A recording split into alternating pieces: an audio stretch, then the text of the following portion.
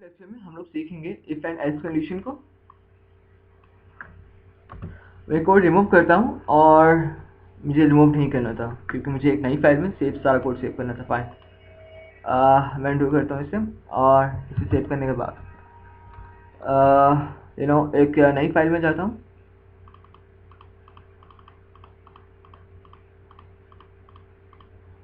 Fine, यहाँ पे ठीक था।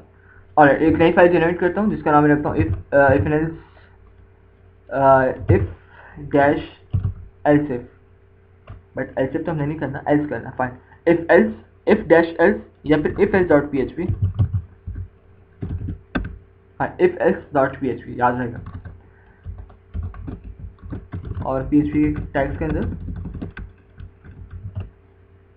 मैं यहाँ पर लेट्स से एक वेरिएबल लेता हूँ और उस वेरिएबल का मैं नाम रखता हूँ var1 और उसमें लेट्स से मैं सेव करवाता हूँ 5। मैं एक और वेरिएबल लेता हूँ var2 और उसमें सेव करवाता हूँ 6। लेट्स से अब मैं इफ की कंडीशन लगाकर चेक लगाता हूँ if var1 is equal to var2 then do the following, then echo these two are equal,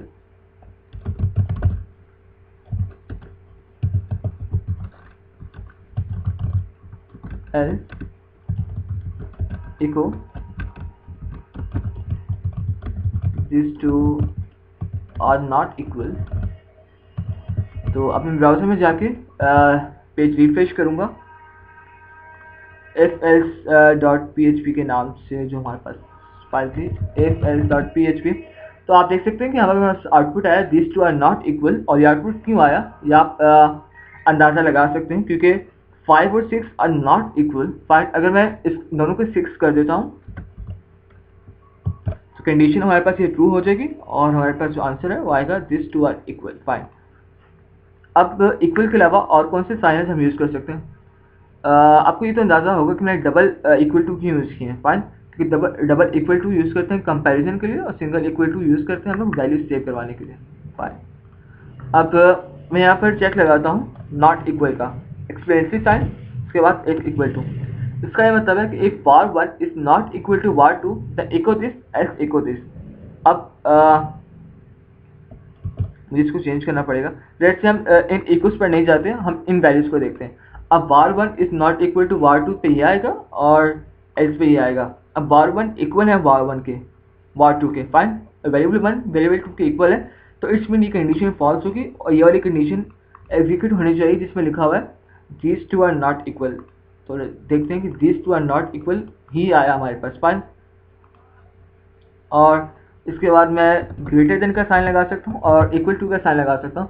आप लोग आप इजी है बहुत इसको चेक करना। आप लोग अपना कोड खुद ब खुद लिखकर टेस्ट कर सकते हैं। इक्वल टू का भी टेस्ट कर सकते हैं, equal to and greater than भी चेक कर लेते हैं, लेस देन भी चेक कर सकते हैं। और इसके अलावा आप लोग इस पर या जो अर्थमेटिक ऑपरेशन वो सारे इस पर परफॉर्म कर सकते हैं। फाइन, और इसके अलावा इफ एल्स में हमारे पास एल्स इफ की कंडीशन आ जाती है। एल्स इफ कंडीशन आएगा इसके नेक्स्ट हम लोग लेक्चर में अपने देखेंगे क्योंकि इस लेक्चर में आई गेस के यहाँ पर इफ एल्स तक ही रहना बेटर है। और अपने नेक्स्ट लेक्चर में हम लोग देखेंगे कि इफ एल्स की कंडीशन के अलावा एल्स इफ की कंडीशन क्यों काम करती है और काम करने के बजाय हमें वो चाहिए क्यों होती है। So till then, best of luck and happy coding.